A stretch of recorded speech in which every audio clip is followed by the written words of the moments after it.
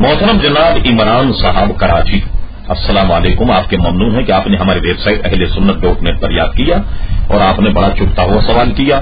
آپ نے پوچھا کہ مختلف مکاتب فکر کی موجودگی کے باعث پاکستان میں اسلامی نظام کا نفاذ کس طرح ممکن ہے.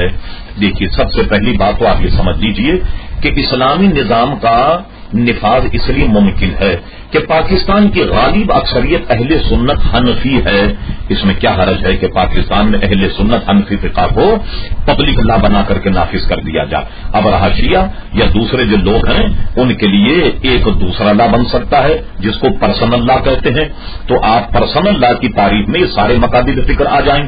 اور آپ اگر مطالعہ کرتے ہمارے فقہ کا جو فتاوی عالمگیری اور شامی وغیرہ ہے، ان میں اگر آپ مطالعہ کریں تو اور فرقوں کے لیے اتنی گنجائش رکھی ہے اسلام نے کہ اگر فقہ حنفی اہل سنت کا نافذ کر دیا جائے تو دیگر مکاتب فکر کی نگرانی اور گویا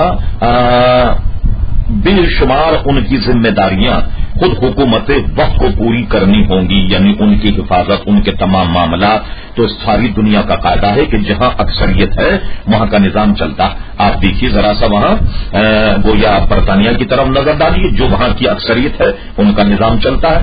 امریکہ میں آپ چلے جائیے، جو ان کی اکثریت ہے ان کا نظام چلتا ہے. چونکہ پاکستان میں ایز اے پبلک لا لوگ سنی مسلمان حنفی ہیں، لہذا یہاں حنفی قانون چلنا چاہیے، اور اگر کوئی اس سے اختلاف کرے تو وہ پرسنل لا میں اس کو کور کیا جا سکتا ہے. ایک بات آپ کے ذہن میں یہ رہے کہ اگر فقہ حنفی کے نافذ کرنے میں کوئی رکاوٹ ہو تو یہ کتنا عجیب و غریب لطیفہ ہوگا کہ اسلامی قانون فقہ حنفی کے مطابق لوگوں کو قبول نہیں ہوگا. لوگ مظاہرہ کریں یا کچھ نہ کچھ شور مچائیں گے. اب مجھے بتائیے خیر انگریز کا قانون یہاں 52 برس سے ہے یا نہیں؟ تو جس انگریز کے 52 برس کے قانون کو ہم صبر کیے ہوئے ہیں تو انگریز کے قانون پر تو ہمیں چپ لگائی ہوئی ہے اور وہ ہمیں اعتراض. اور اسلامی قانون اگر فقہ حنفیہ نافذ کی جائے تو لوگوں کو کیوں اعتراض ہونا چاہیے؟